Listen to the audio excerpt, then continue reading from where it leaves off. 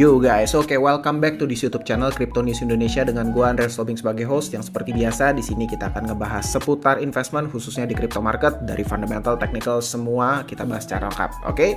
Guys, langsung aja ya, beberapa topik yang akan gue bahas kali ini adalah terutama dengan Bitcoin ya yang semakin banyak orang yang semakin takut tentunya ya, kayak banyak sekali beredar mungkin analisis ya yang mengatakan Bitcoin akan straight ya di bulan Mei akan ngedump lagi sampai 50 ya, di area sini 50 sampai 52. Tapi apakah itu yang akan terjadi? Ya let's see, nanti gue akan dig in lebih jauh ya, lebih lengkap di video ini.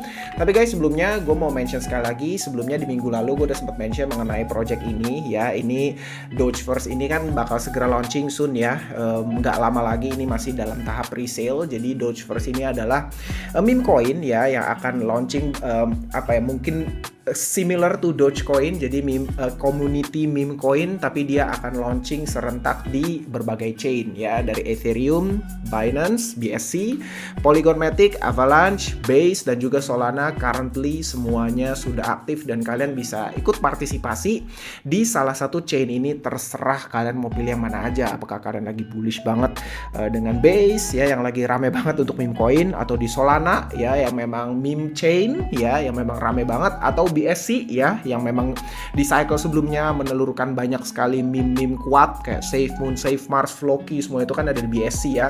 Atau yang lainnya ya bebas, terserah kalian ya. Dan kalian gue udah pernah jelasin juga di video sebelumnya tentang apa projectnya ya. Basically this is a meme ya, jadi it's community based memes.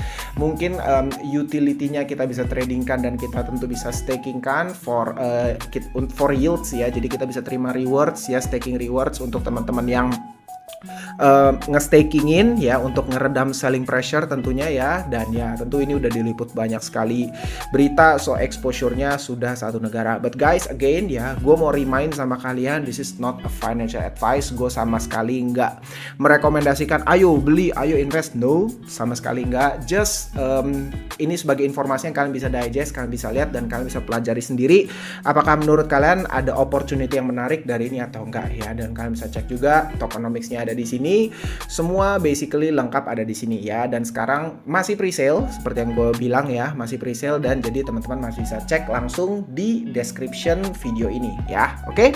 Nah guys, jadi langsung aja kita ke charts kali ini ya. Tentu seperti yang gue udah bilang, banyak sekali yang mengantisipasi kalau Bitcoin akan segera terkoreksi ya, bukan segera tapi masih akan terkoreksi ya di bulan Mei nanti sampai di angka 50 dan 52 ribu, di angka segitu ya.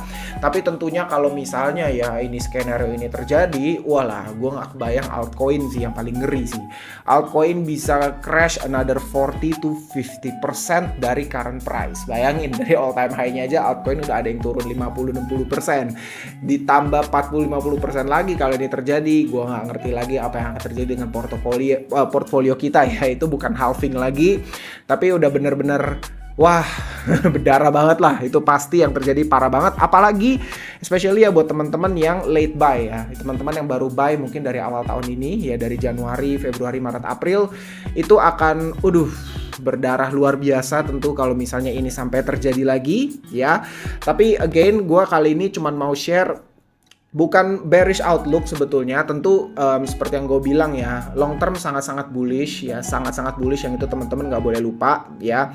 Kita berada di, gue selalu bilang saat ini kita berada di fase pertengahan ya dari bull market. Jadi ini kan awal dari cycle, new cycle, fresh cycle itu dimulai ya, kalau berdasarkan kalender 4-year cycle mestinya di sekitar November maupun Desember di tahun 2022 itu adalah first cycle kita, first month ya. Let's say Januari itu adalah our first month of the beginning of the cycle, atau November gitu ya, di antara dua itu. And kita udah setengah jalan tentunya ya. Di sini kita udah setengah jalan nih. Gue kasih landscape-nya di sini, mungkin gue pakai monthly chart supaya lebih enak gitu ya. Kalau misalnya let's say ya, ini adalah our first month di bulan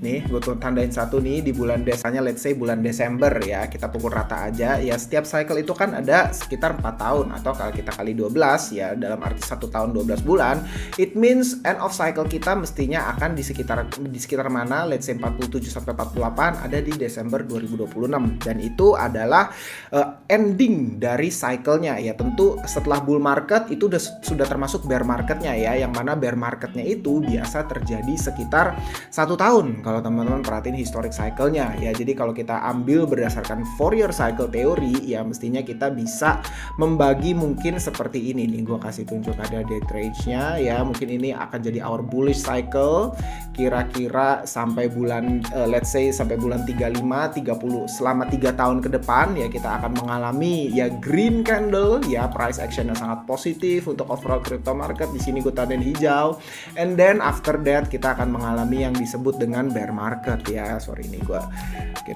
ratain dikit ya. Nah, di sini bear market selama kurang lebih another 12 bars ya, atau kira-kira 1 tahun ya. Di sini gue tandain warna merah ya. So ideally teman-teman ya, kita itu akan exit tentu di sekitar sini ya. Ini adalah kalau gue bilang nih ya, waktu ini yang hijau ini ya, di sini this is our best chance untuk bisa win di crypto market ya. Ketika kita membeli at the very beginning of each cycle, and then kita tentu menjual ya di, gue bilangnya bukan di akhir cycle ya, tapi di peak daripada bull market, yang mana biasanya itu terjadi kenaikan sekitar 3 tahun ya. Ini gue nggak bilang up only ke atas terus, teman-teman bisa lihat ya, dari bulan pertama sendiri ada 1, 2, 3 ya, possibly di bulan ini juga merah. Kita bisa lihat sudah tanggal 27 1, 2, 3 kalau misalnya ini merah pun gue mengantisipasi bisa jadi ya, kalau nggak ada strong demand atau misalnya ada macro FUD lagi next month-nya bulan Mei juga bisa merah kembali. But again guys, gue remind sama kalian semua, have a bigger perspective, zoom out semuanya, sehingga teman-teman bisa melihat setiap red candle it's a buying opportunity ya. Sekali lagi, every red candle is a buying opportunity. Jangan sampai justru kita beli lagi ijo-ijonya kalian malah borong ya. Justru itu mindset yang keliru. But kita membeli at red candle, justru ketika terjadi pullback kita baru langsung masuk, jump in, kembali masuk ke market membeli lagi gitu. Itu sebenarnya baru mindset yang benar ya. So ini yang gue mau teman-teman pahami ya, akan cycles perspektif seperti ini, supaya dalam setiap shake out di mungkin daily, weekly, daily maupun hourly time frame, 4 hour gitu di shake out, teman-teman nggak khawatir, nggak panik, nggak pusing, tapi tetap punya long term perspektif, di mana kalau based on Fourier cycle kita mestinya masih setengah jalan ya. Tentu kalau misalnya ini kita sebenarnya udah di tengah-tengah banget nih ya. Jadi tengah-tengah ini posisi yang paling rentan menurut gue ya. Bisa aja terjadi shake out dulu ya, atas bawah kiri kanan, apalagi untuk menghapus semua leverage yang ada di market.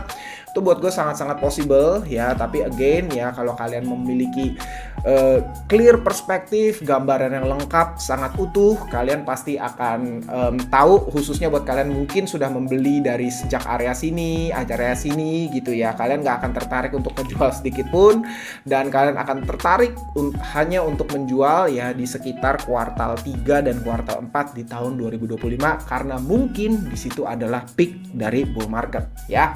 So itu untuk sekilas lah ya mengenai Bitcoin. Dan kita bisa lihat juga kalau based on on-chain data dari spot ETF, di sini gue update sama teman-teman, ini update per hari ini ya, di 20 lihat di per 26 April teman-teman bisa lihat ya. Institutions ada melakukan sedikit sell off, kalian bisa lihat ya.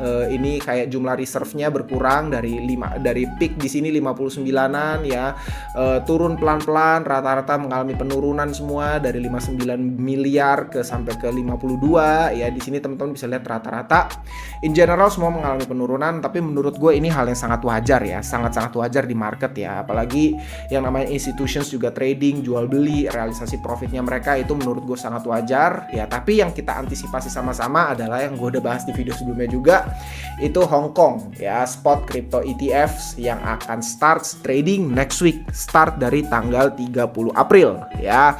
Ini gue jujur cukup excited karena gue pengen lihat seberapa besar inflows ya secara size yang masuk dari Hong Kong, karena Hong Kong akan represent Asia in general ya, mungkin bahkan sampai mainland China. Kita lihat aja, walaupun banyak desas-desus yang bilang kalau misalnya enggak, Cina nggak bakal ikutan nih di spot ETF-nya Hong Kong ya. Well, we'll see lah sama-sama ya, mungkin dia punya proxy, gue nggak tahu lah ya. Tapi yang jelas gue cukup excited karena ini nggak cuma Bitcoin tapi Ethereum juga ya. Ethereum juga akan start institutions bisa punya exposure ke sini, sehingga secara pribadi ya gue mengantisipasi di tahun ini akan jadi tahun yang baik untuk pergerakan Ethereum, karena kalian bisa lihat Ethereum ini masih jauh lagging banget dibanding Bitcoin ya. Sedangkan Bitcoin udah sampai sentuh previous all time high-nya ya, bahkan udah break sampai ke 73 ribuan.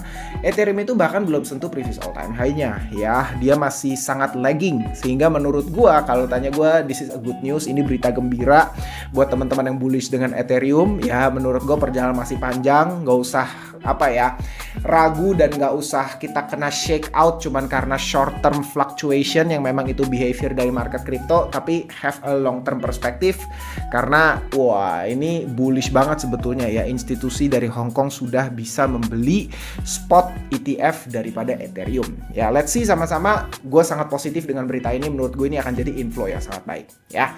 Tapi gue mau tahu menurut teman-teman gimana, let me know in comment section. Oke?